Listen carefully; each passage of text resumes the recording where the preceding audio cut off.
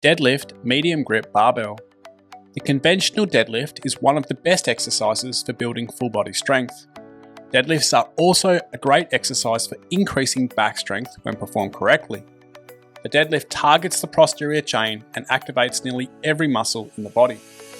Typically, a conventional deadlift is performed with the hands roughly just outside shoulder width.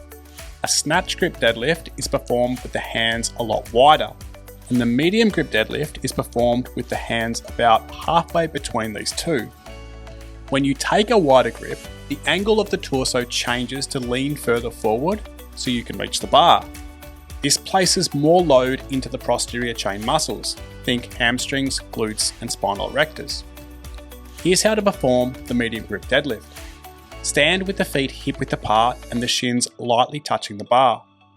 Hinge at the hips to lean the shoulders forward and over the bar before bending the knees and gripping the bar with the medium grip.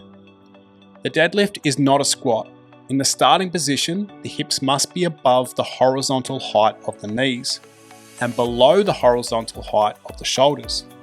At the same time, keep the shoulders slightly forward of the bar and push the knees back to find tension in the hamstrings. Grip the bar nice and tight and then actively try to snap the bar by twisting the hands into the bar towards the pinky fingers.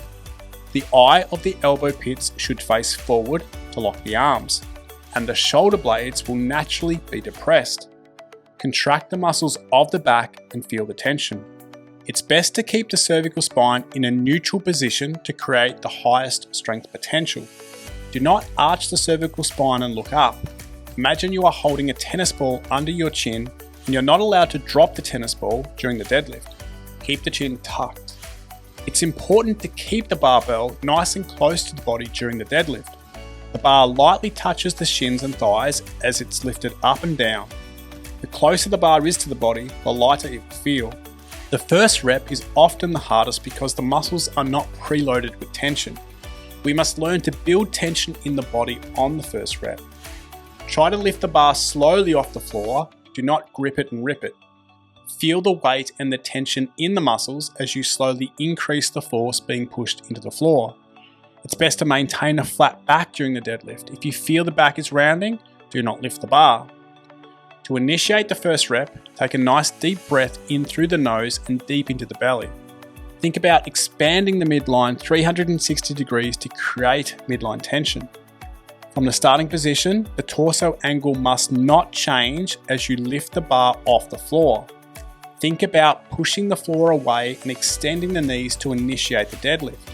Keep the shoulders forward of the bar and use the lats to pull the bar back towards the body. Once the bar is above the height of the knees, start to extend the hips and stand up straight. Focus on pushing the feet into the floor and contracting the glute muscles. From the top position, take a breath in through the nose and deep into the belly. Again, thinking about expanding your midline 360 degrees to increase midline tension. Allow the knees to soften so they are just off lock. Hinge the hips by pushing the butt back and leaning the shoulders forward and over the bar. Keep the knees off lock, but do not allow them to bend until the bar is below the height of the knees. Once the bar is below the knee height, stop hinging at the hips and keep the torso angle the same as you bend the knees and take the bar to the floor. The shins should be perpendicular to the floor and the angle of the torso should not change as the bar is lowered from knee height to the floor. When the bar reaches the floor, the hips will be above the horizontal height of the knees and below the height of the shoulders, just like they were in the starting position. Allow form to dictate the load and not the other way around. Perform the prescribed number of repetitions at the specified tempo. Give it a try and see how you go. If you've got questions, please leave them in the comments.